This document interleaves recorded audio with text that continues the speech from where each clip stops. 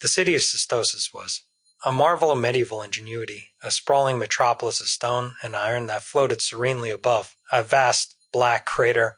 The crater stretched 2 kilometers deep, its walls jagged and foreboding, as if carved by the claws of some ancient beast. At its center, a green cloud shimmered, pulsating with an otherworldly light that cast an eerie glow over the city above. The cloud was the source of Cystosis' power, the reason the city could defy gravity and remain suspended in the air. But it was also the source of its greatest mystery and its greatest danger. Cystosis was home to a race of short, green-skinned goblins, their eyes large and luminous, their movements quick and agile. They were industrious people, their society built on a foundation of craftsmanship and innovation. The city itself was testament to their skill, its buildings constructed from unique alloy of stone and metal that seemed to lake in energy. At the heart of the city stood towering spire, its peak lost in the clouds above. The spire was the centerpiece of Cystosis, the focal point of its power and the key to its survival. But Cystosis was not without its problems. The green cloud in the crater below was growing restless, its light flickering and flaring with increasing frequency.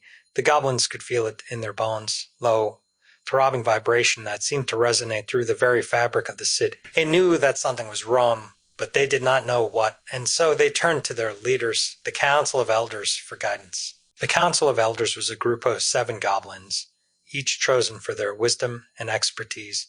They met in the highest chamber of the great spire, a room filled with ancient tomes and strange, glowing artifacts. The chamber was circular, its walls lined with intricate carvings that depicted the history of Cystosis. At its center stood a large, round table, its surface etched with a map of the city and the crater below.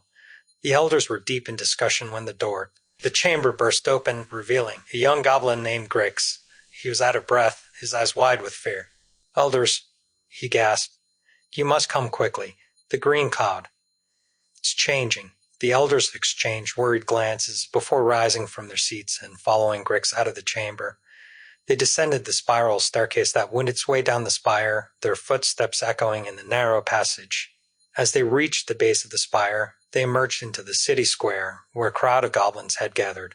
The goblins were pointing at the sky, their voices filled with panic.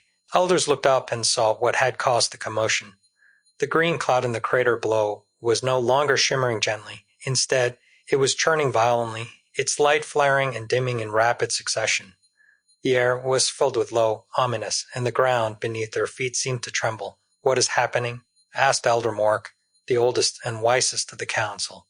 His voice was calm, but his eyes betrayed his concern. "I do not know," replied Elder Zara, the youngest and most scientifically inclined of the group. "But we must find out. If the cloud becomes unstable, it could destroy the city." The Council of Elders decided to send an expedition into a crater to investigate the green cloud. It was a dangerous mission, one that had never been attempted before. The crater was a place of mystery and fear, its depths unexplored and its secrets unknown. But the elders knew that they had no choice. If they did not act, the city of Cystosis could be destroyed. The expedition was led by Grix, the young goblin, who had first alerted the elders to the cloud's changes. He was joined by a team of 5 other goblins, each chosen for their skills and bravery. Among them was Zara, the scientific elder, who had insisted on joining the mission despite the risks. The team set out at dawn, descending from the city on a series of rope ladders that had been hastily constructed for the mission. As they climbed down into a crater, the air grew colder and the light dimmer.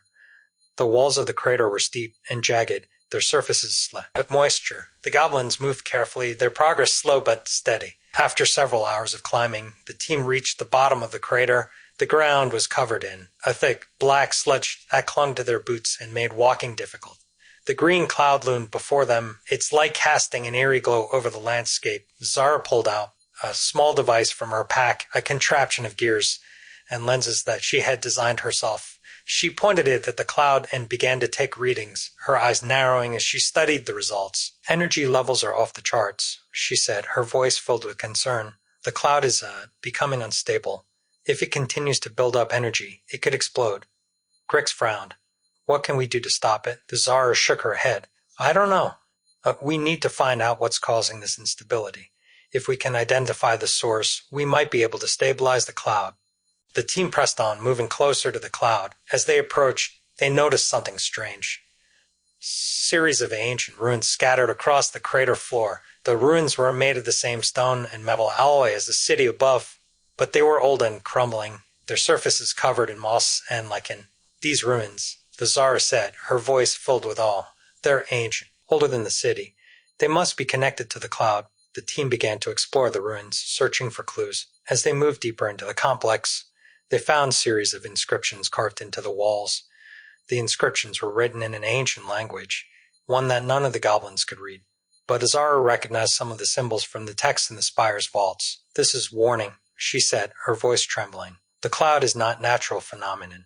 Weapon that was created by an ancient civilization to destroy their enemies. But something went wrong, and the weapon became unstable. They tried to contain it, but they couldn't. In the end, they had to abandon it. Grix's eyes widened. You're saying the cloud is bomb? Zara nodded. And it's about to go off. As the team delved deeper into the ruins, they discovered series of chambers, each filled with strange, glowing artifacts. The artifacts were unlike anything they had ever seen, their surfaces covered in intricate patterns that seemed to shift and change as they watched. In the center of the final chamber, they found massive, crystalline structure. The structure pulsed with faint, green light, its surface covered in the same shifting patterns. The artifacts. Zara approached the structure cautiously, her device held out before her. This is, she said, her voice filled with awe. This is the source of the cloud. Grix frowned. What do we do with it? Zara hesitated. I don't know. We need to find a way to stabilize it. If we can't, the cloud will explode. The team began to examine the structure, searching for any clues that might help them stabilize it. As they worked, they noticed that the patterns on the surface of the structure were changing, becoming more complex and intricate. It's reacting to us, Zara said, her voice filled with concern. It knows we're here. Suddenly, the structure began to pulse more rapidly, its light growing brighter and brighter. The ground beneath their feet began to shake, and the air was filled with ominous. We need to get out of here, Grix said, his voice urgent. Zara nodded. But we can't leave without trying to stabilize it. If we don't, the city will be destroyed. The team worked frantically, their hands moving over the surface of the structure as they tried to decipher its patterns.